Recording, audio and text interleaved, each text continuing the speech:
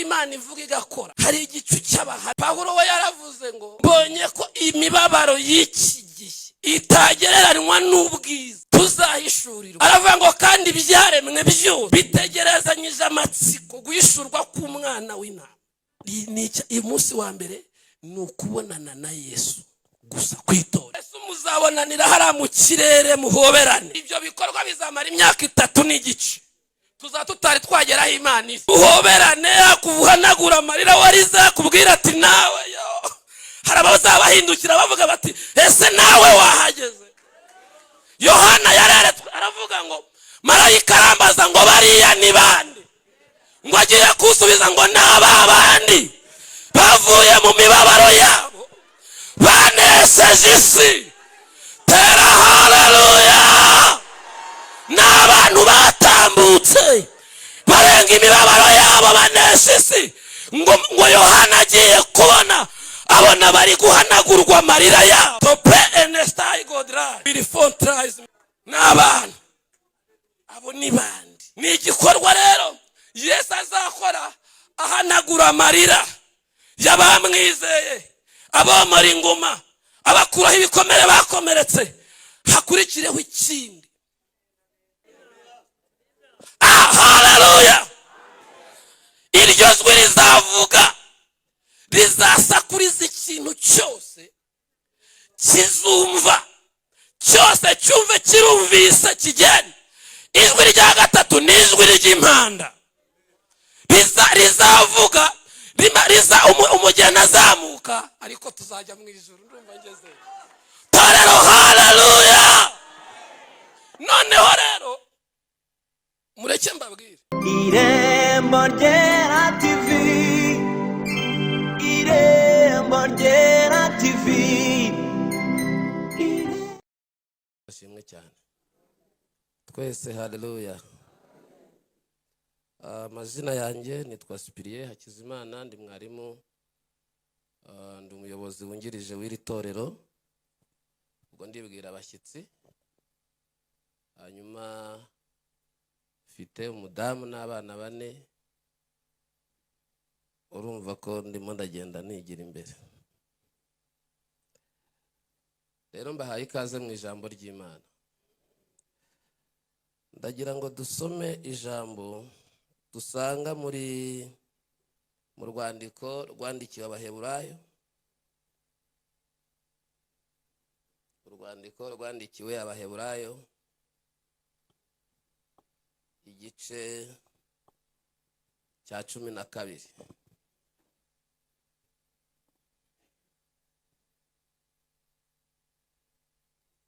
Murongo wa mbere kugeza ku wa 2. Turaza gusoma no mu byahishuwe igice cya 7. Tuganire muri bike ibintu Imana yampaye kugira ngo tubyumve. Nuko natwe ubwo tugoswe n'igicu cy'abahamya bangana batyo, twiyambure ibituremerera byose n'icyaha kibasha kutwizingiraho vuba, dusiganirwe aho dutegekwa twihanganye, dutumbira Yesu wenyine ari we banze ryo kwizera, kandi ari we ugusohoza rwose. Yihanganiye umusaraba kubw'ibyishimo byamushyizwe imbere, ntiyita no ku soni zawo. Yicara iburyo bw'Imana, bw'intebe y'Imana. Imana ishimwe cyane. Twese tuvuge ngo amen. Ndumva ntangiye gufashwa, ariko dusome mu byahishuriwe Yohana. Igitabo cyiza kiduha amakuru yo mu bwami. Umurongo wa 13. Mvugemo bike muri byinshi.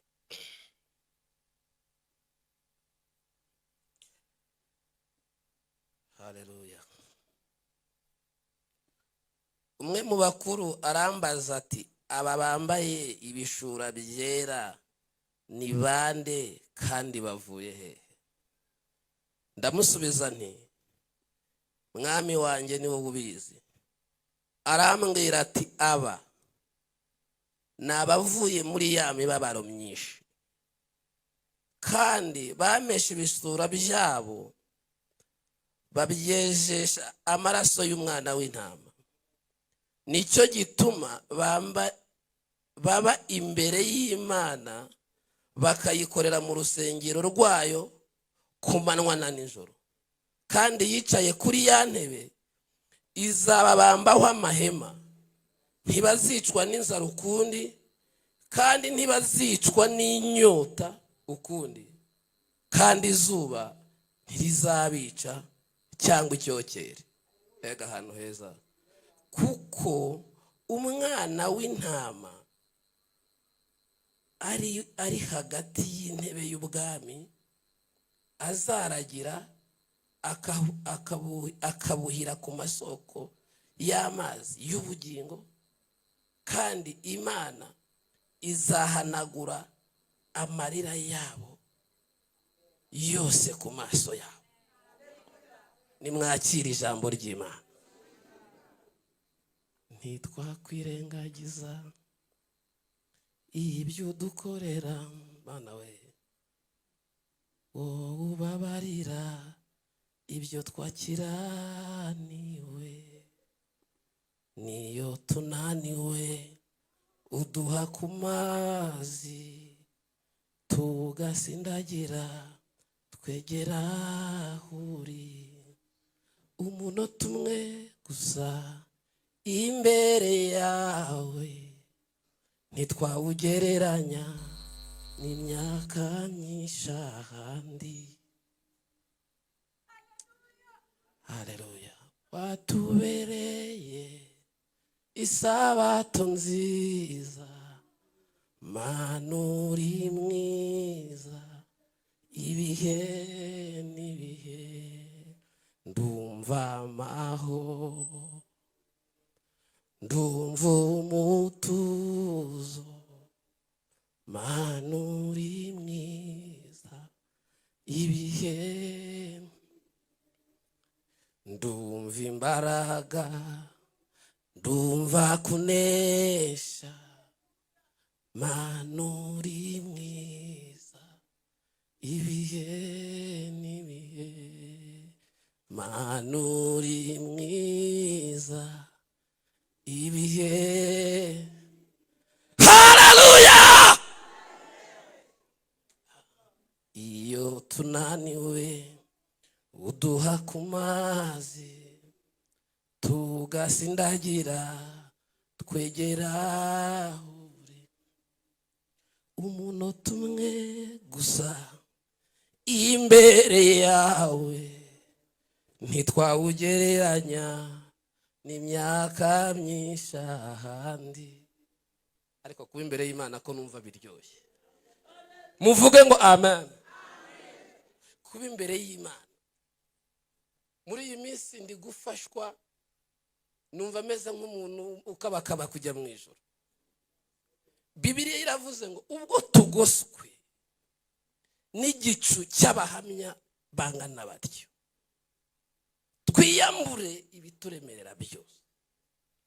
Biravuga iki? Hari igicu cy'abahamya banyuze mu mibabaro y'iyi si. Hari igicu cy'abahamya bemeza ko Imana ivuga igakora. Hari igicu cy'abahamya. Pawulo we yaravuze ngo mbonye ko imibabaro y'iki gihe itagereranywa n'ubwiza tuzahishurirwa. Aravuga ngo kandi ibyaremwe byose bitegerezanyije amatsiko guhishurwa k'umwana w'intama, kandi tuzajya mu ijuru. Torero, haleluya. Tuzajya mu ijuru kandi tuzabayo, tube mu isi itagira amatiku, tube mu isi itagira urwangano, tube mu isi itagira ishyari, tube mu isi ifite ubushobozi bwose. Ndashaka mu mwanya muto kubabwira iby'ijuru. Ubundi tumenyereye abantu batubwira ibintu by'inaha, ariko ndashaka kubabwira ibintu byo mu bwami bw'Imana. Ndashaka kubabwira ibintu byo mu ijuru aho tujya kandi aho tuzajya tugatinda. Imana nihimbazwa. Ngo babene data, ifura zo kwizera zarebaga uwo mudugudu, zarebaga ubwo bwami turimo tugana, ngo bagahora bavuga ko ari abashyitsi n'abimukira mu isi, ngo bakabireba nk'ibiri kure, abandi bakabibona nk'ibibegereye bitewe n'iyereko bafite. Ariko ndagira ngo mbabwire, mu ijuru Imana turayifite kandi irahari. Imana irahari. Haleluya.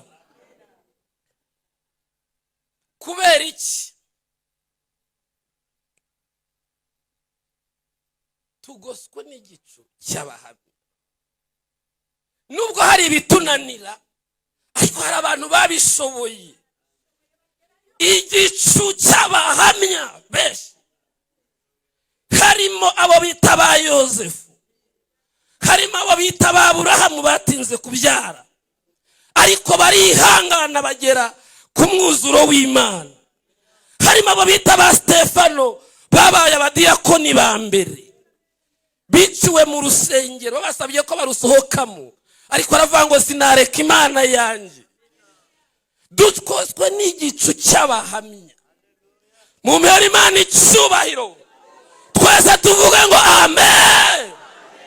Dukoswe n'igicu cy'abahamya, n'ipfubyi zanze kwiyandarika ariko zirakura zibona Imana, uyu munsi zitanga ubuhamya. Tugoswe n'igicu cy'abahamya b'abapfakazi banze kwiyanduza n'uyu munsi, bakavuga ati twebwe Imana yacu, kandi Yesu azaza. Ndumva Yesu azaza. Torero, haleluya. Dugoswe n'igicu cy'abahamya cy'abantu batiyanduje. Bibiliya iravuga ngo ubwo tugoswe n'igicu cy'abahamya bangana batyo, twiyambura ibituremerera byose n'icyaha kibasha kutwizingiraho vuba. Kandi Imana irashaka kutumaraho imibabaro yacu yose. Irashaka gukuraho igicu cy'umubabaro hejuru y'umutima wawe. Irashaka ko ugira ishimwe ritandukanye n'iry'abandi, wumva ubwiza bw'Imana buhari. Tuyihereze icyubahiro Imana rurema. Torero, haleluya. Tugoswe n'igicu cy'abahamya.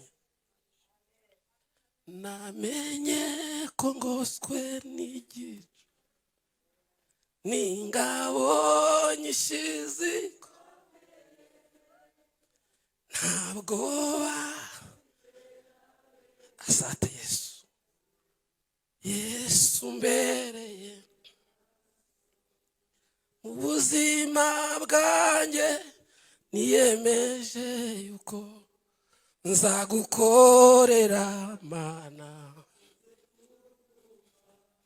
Iminsi ishigaje yo kubaho kwanjye, ushoboze kugukunda ngukiranukire, umwanzi wanjye ahorane, ngateshuka inzira zawe, nagambirira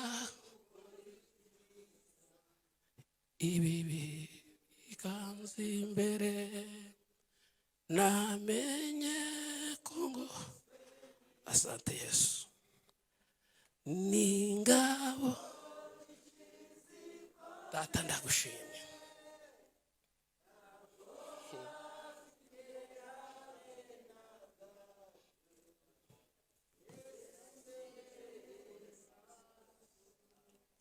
Rimwe na rimwe twisanga mu ntege nke, ubundi twananiwe, ubundi twabikoze, ariko turashimira umuvugizi wacu Yesu utajya uturekura, aragomeza akatuvuganira.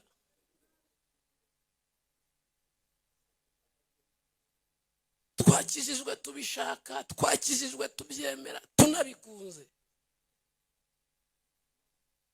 Mu rugendo duhuriramo n'ibintu byinshi, ariko no mu ntege nke zacu Yesu aracyaduhereza akaboko akavuga ngo muri abanjye. Turacyafite Imana ikora. Torero, haleluya. Turacyafite Imana ibasha gukora cyane ibirenze ibyo dutekereza. Yesu aratweza twejesha ijambo n'amaraso tugoswe n'igicu cy'abahamya benshi. Kuvuga ibyahishuwe utavuze Efeso, ngo tuvuge itorero ryo muri Efeso. Itorero ryo muri Efeso rimwe mu matorero ya mbere ryari ryiza. Ubundi bavuga ko ugiye kurata itorero ubwiza bwaryo uvuga abashumba bariyoboye. Iri torero ryagize abashumba beza. Tekereza ahantu Yohana yabaye yigisha, niwe wariyoboye. Tekereza ba Yakobo ahantu bari bafite ubutumwa bw'umwimerere bavanye ku Mana. Bari abantu bari baratojwe na Yesu. Mu nyigisho za Yohana yavugaga iby'urukundo, ariko iri torero ryaje kongera rishumbwa n'umuyobozi umwe bita Pawulo, nawe aribamo, ariko ntiyaribayemo igihe kinini. Nawe abigisha ibintu byiza, abaha urufatiro rwiza rw'ubukristo. Arabwira ati nubwo imibabaro yaza, nubwo abantu bakwanga, nubwo abantu bakuvuga, icyo wakiriye uzagomeza ugitsikamire, ntuzakire kure. Arababwira ati twebwe naho tumaze kumera nk'ibisukwa ku gicaniro, twarinze ibyo kwizera bera bahawe rimwe. Iri torero ryagize ikintu bita ubuzima. Ryari rifite karite zigera kuri 3. Ryari itorero ryagiraga ikintu bita urukundo. Barakundanaga abantu baho, bari bahuje ubuzima, bari bahuje amateka, bari bahuje.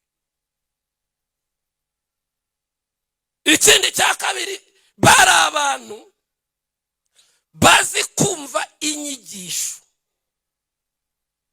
bazi kugenzura, barabakosirita mu nyigisho, barazumvaga. Ariko reka kandi bagire uburyo bwo kumva. Bari bafite, bayobowe n'abashumba babasimburanwa beza, bafite karite.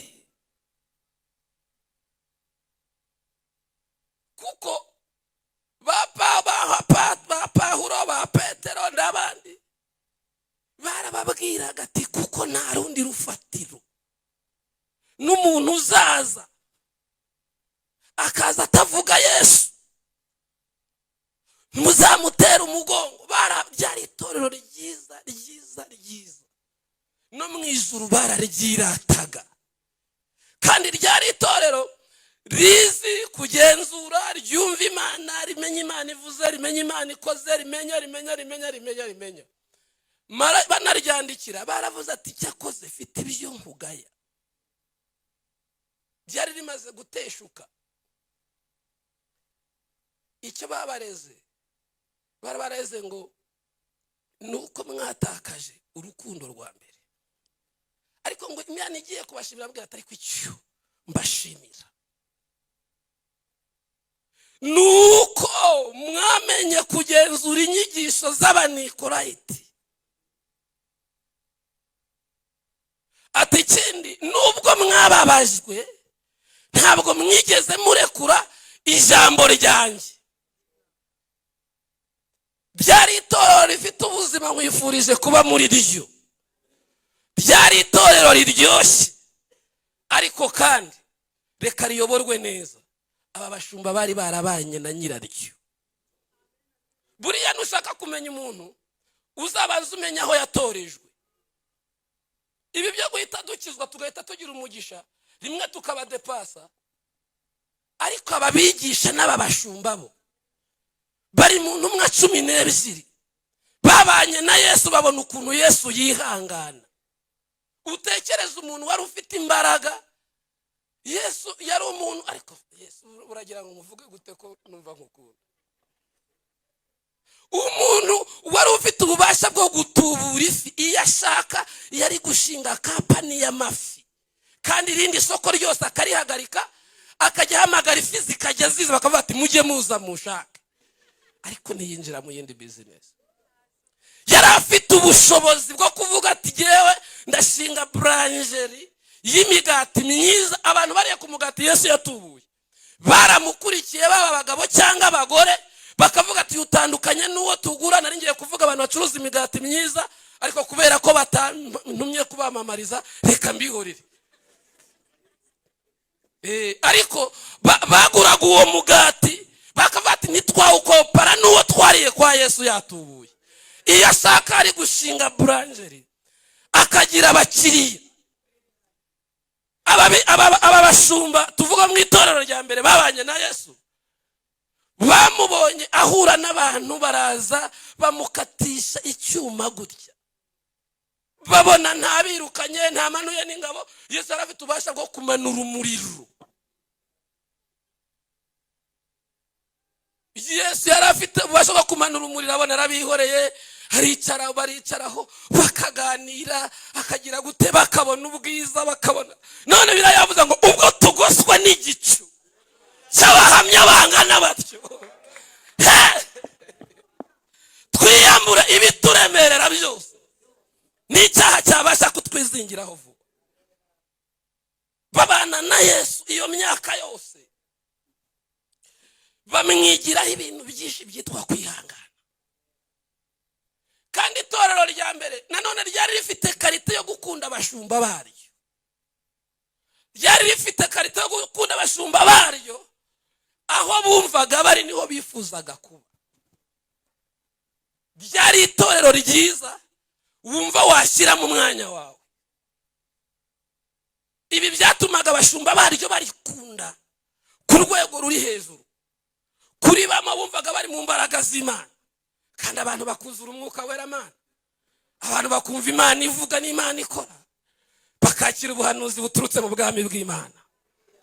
Yo data we, ngaba abitorero, umvira iryo torero umushumba waryo umwe bageze amufata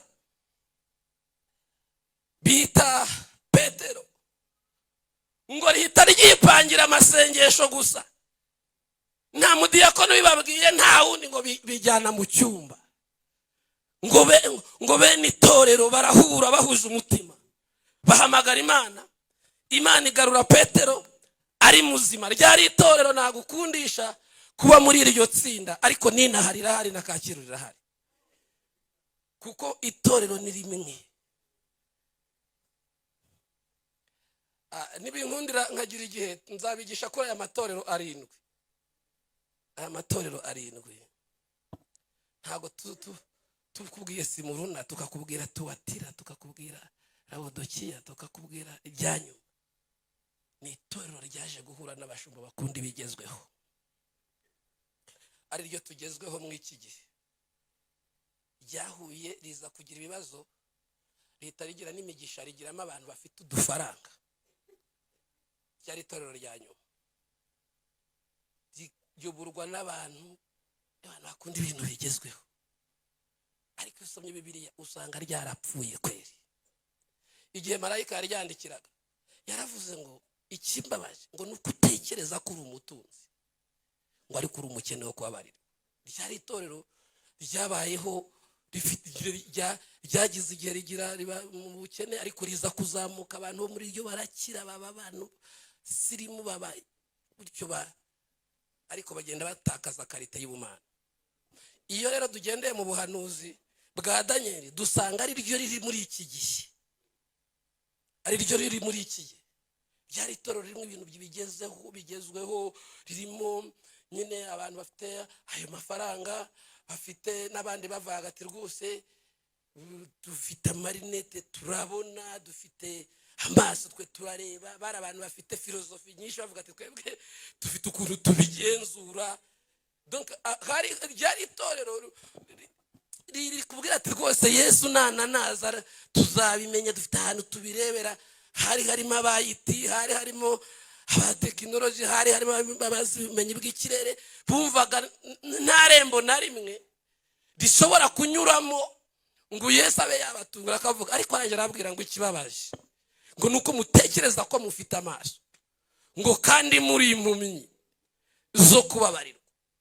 Iyo urebye abantu rero bo muri iri torero, mu itorero ryo mu iki gihe usanga abantu benshi kuko ari impumyi koko, kandi ubona ari abasirimu, ubona ari abantu bajijutse, ugasanga afite itorero asengeramo, bafashe imbago bazishyira hariya n'utugare badushyira hariya, baramubwira ngo hari abantu bakize, kandi ahasengera atarabona n'ikimuga na kimwe cyahagurutse, ariko akagomeza akahicara bakamubeshya.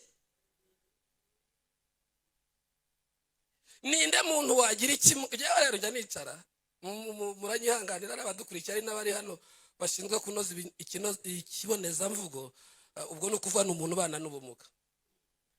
Kubona umuntu bana n'ubumuga wateranira agakira akagara kagasiga bikarara bitamenyekanye byanya, ibyo ntibinagombera ikinyamakuru, bihita bimenyekana kuko ari nyina arabyivugira, ari se arabyivugira, ari n'uwaje amusunitse arabyivugira. Ariko hari aho tarisengera ujyamo ugasanga utugare ukabura baje basunitse uwo muntu, kumva utugare batuguze nijoro n'imbago zigize gute.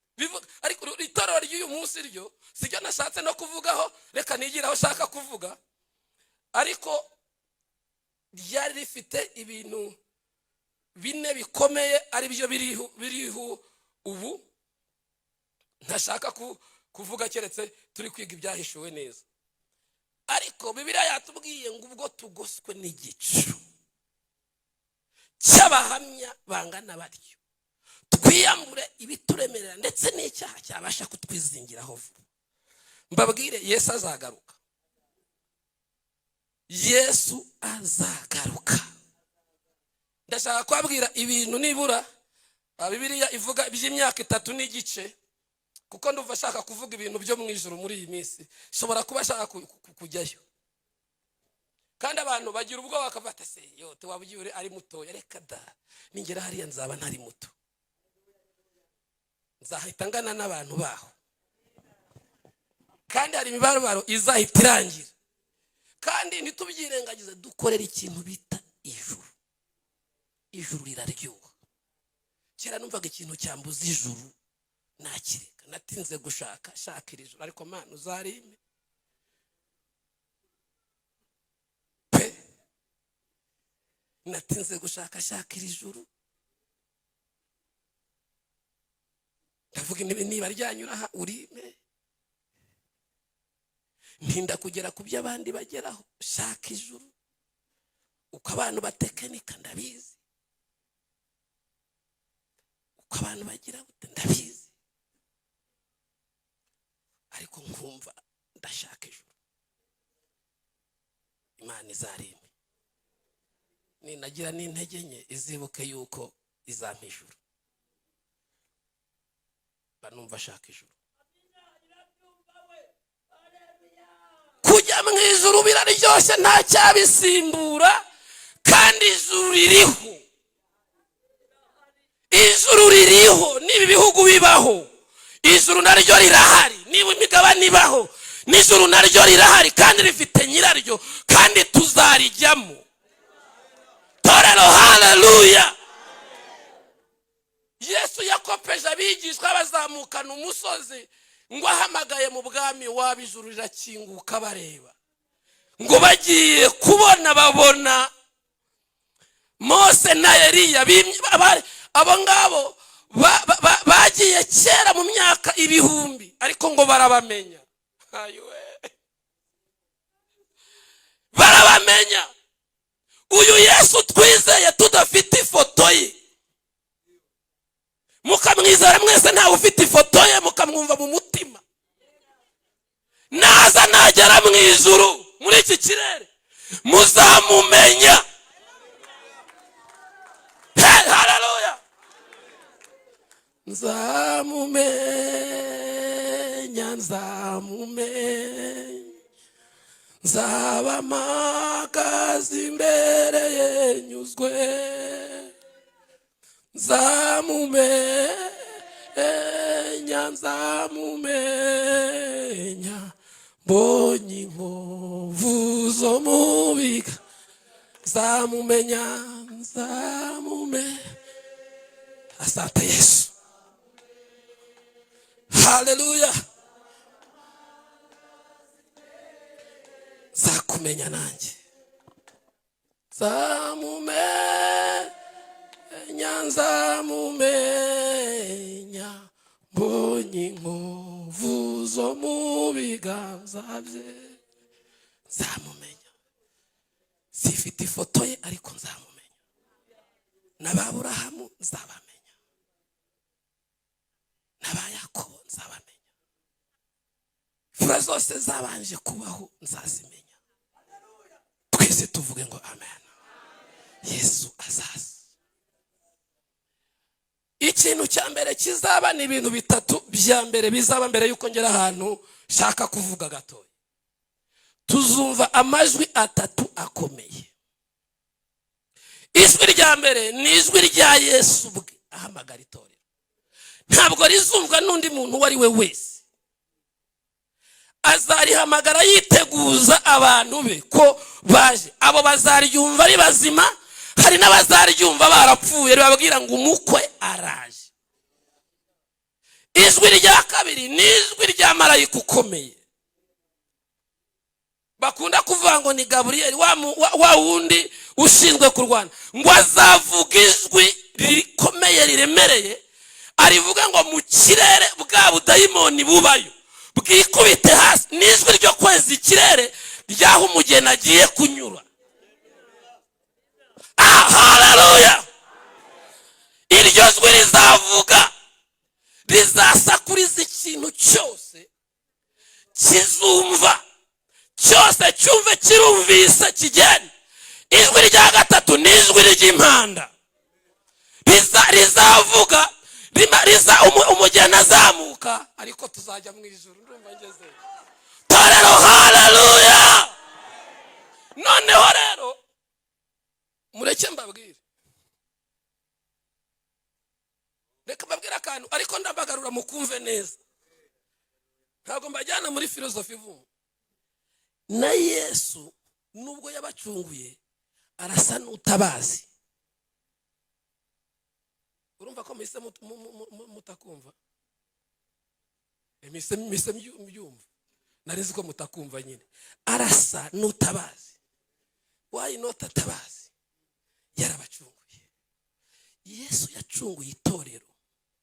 Kenshi yaribonaga mu mwuka, ariko nawe afite amatsiko y'abantu yacunguye.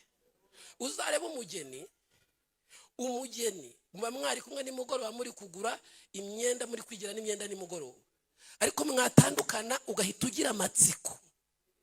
Ubona ko iyo turangaye turi mu itete mu gitondo, n'umugeni n'abahengeza gutya na n'umukwe. Yesu nawe afite amatsiko yo kureba abantu yacunguye, abaheruka kera.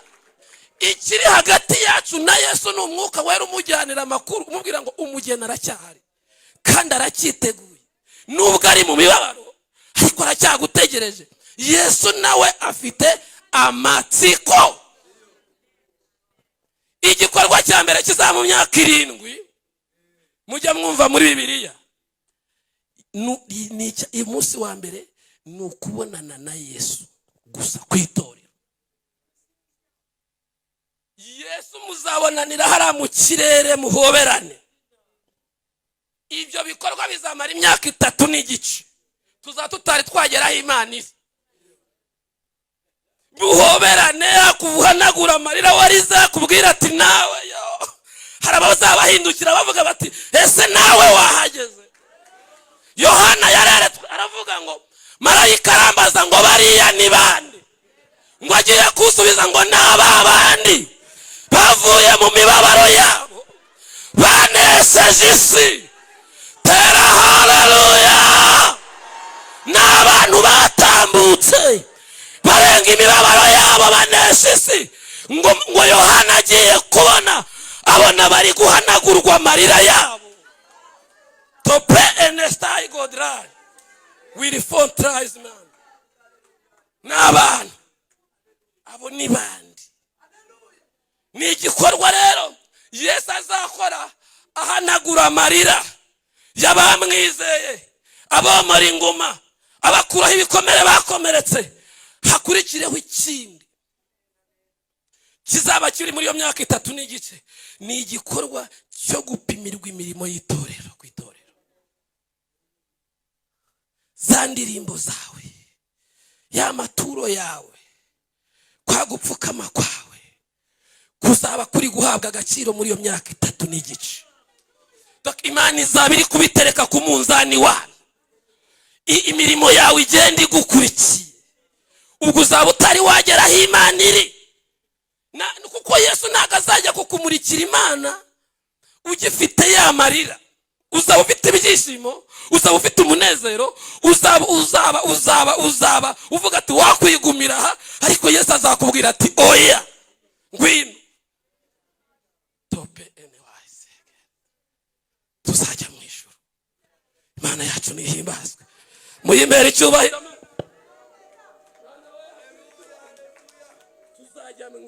Tuzajya mu ijuru. Icya gatatu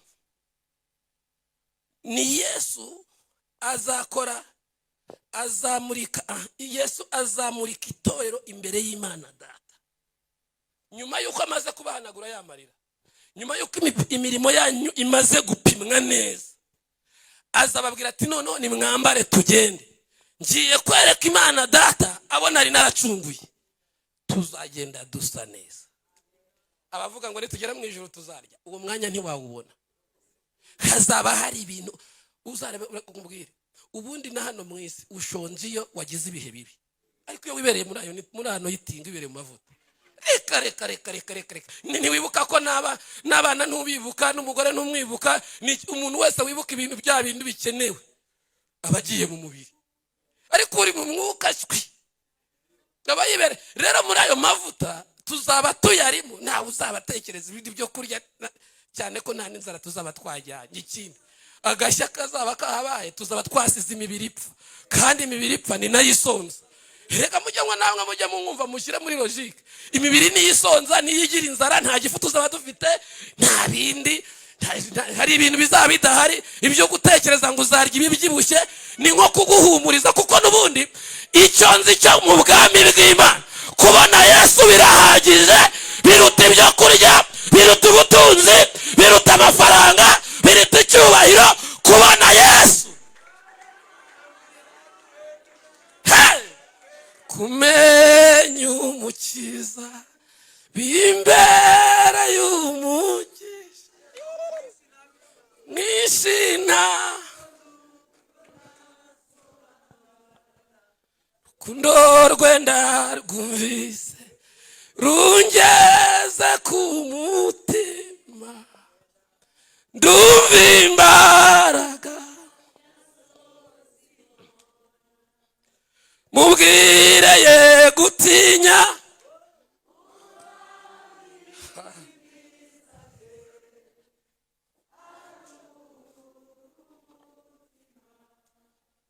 mubwire ashirama, uwo mwami ni mwiza pe.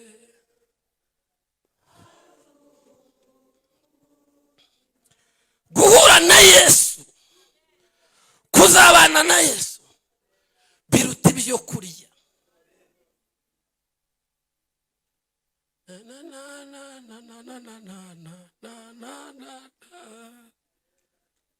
Uwanyimika nk'umwami w'ishyanga rinini rite, ndimbata ikibi cyose sinabikunda, ahubwo niragije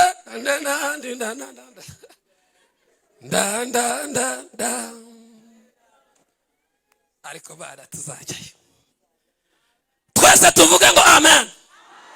Igikorwa cya nyuma ubwo ni ukuva imyaka 3 n'igice hazakorwa biriya bibiri bizabikorwa na Yesu. Hanyuma undi myaka 3 n'igice iyo mu bwami bw'Imana hazaba Yesu azafata itorero ajye kurimurikira Data. Ikindi gikorwa aricyo cya nyuma, hazahita haba ikintu bita ibirori, ubukwe.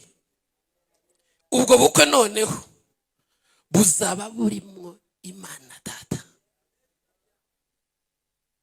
Nanjye nzumva izina ryanjye nitabe, icyo gihe nanjye nzasimbuka. Danda danda danda danda danda danda naza nazana oh da ibibazo bizashira. Umva kandi nkunda, nanjye nzumva izina ryanjye nitabe, icyo gihe nanjye tera haleluya. Icyo gihe nanjye nzasimbuka, nzumva izina ryanjye nanjye nitabe, nzaba bizaba tuzinjira mu birori, umwambaro uhinduke, amateka ahinduke, ibintu bihinduke. Noneho rero tujyaho Imana Data, ngo icyo gihe hari n'umurimo yavuze ngo icyo gihe ngo ni Imana Data. Imana Data zahaguruka iririmbe indirimbo nziza yo kumwakira. Icyo gihe Imana izaririmbira umukene, yishimira atabangaba. Ariko Yesu ko azaduperezata, ariko azabavuga, Yesu azakuvuga nawe wiyoberwe niba wari wowe.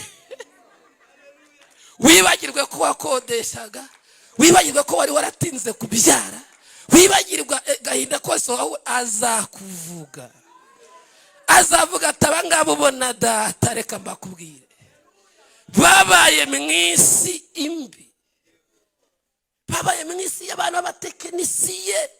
Mureke mbabwire, niducomora ubugingo muri iyi si irimo abanzi benshi, tukagera mu bwami bw'Imana, Imana izatuvuga amazina. Yesu aravuze ngo nanjye nzabahamiriza imbere y'Imana Data. Ariko Imana iriho. Mureke mbasengere kugira ngo bigende neza.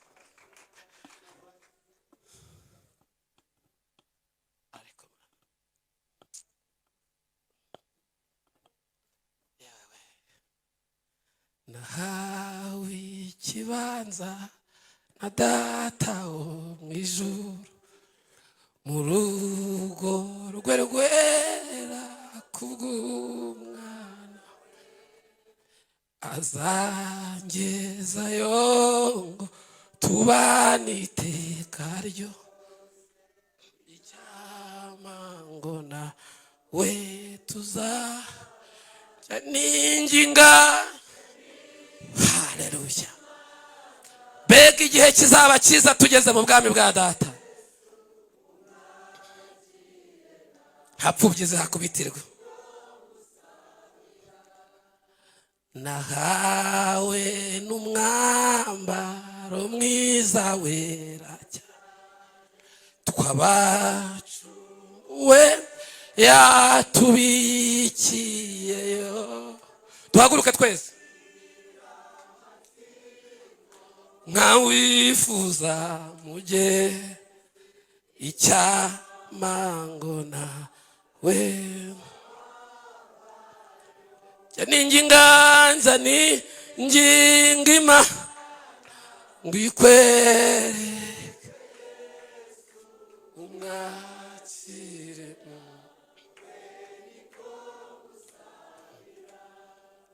kurubu njangira mahoro mu muti nyahawe na Yesu mukiza wanjye atemba nk'uruzi abisi ntibayazi icyamangasa nguya kuri ubu njangira amahoro mu mutima kuri ubu njangira amahoro mu mutima nyahawe na Yesu mukiza wanjye atemba nk'uruzi abisi ntibayazi icyamangasa nguyahawe nawe inginganza n'inginga Imana ngo ibe kwereke Yesu umwakire nawe niko gusabira ngo tuzabane mu rugo bwawe we niko ngusabira numara kumwemera nk'umukiza wa uhamye mu bandi byo yagukoreye usabe n'Imana bahishurire bahabwa ubwo buntu wahawe nawe mbega ibihe byiza mbega imbaraga z'Imana la topesta Irembo Ryera TV Irembo Ryera TV Irembo Ryera TV Irembo Ryera TV Irembo Ryera TV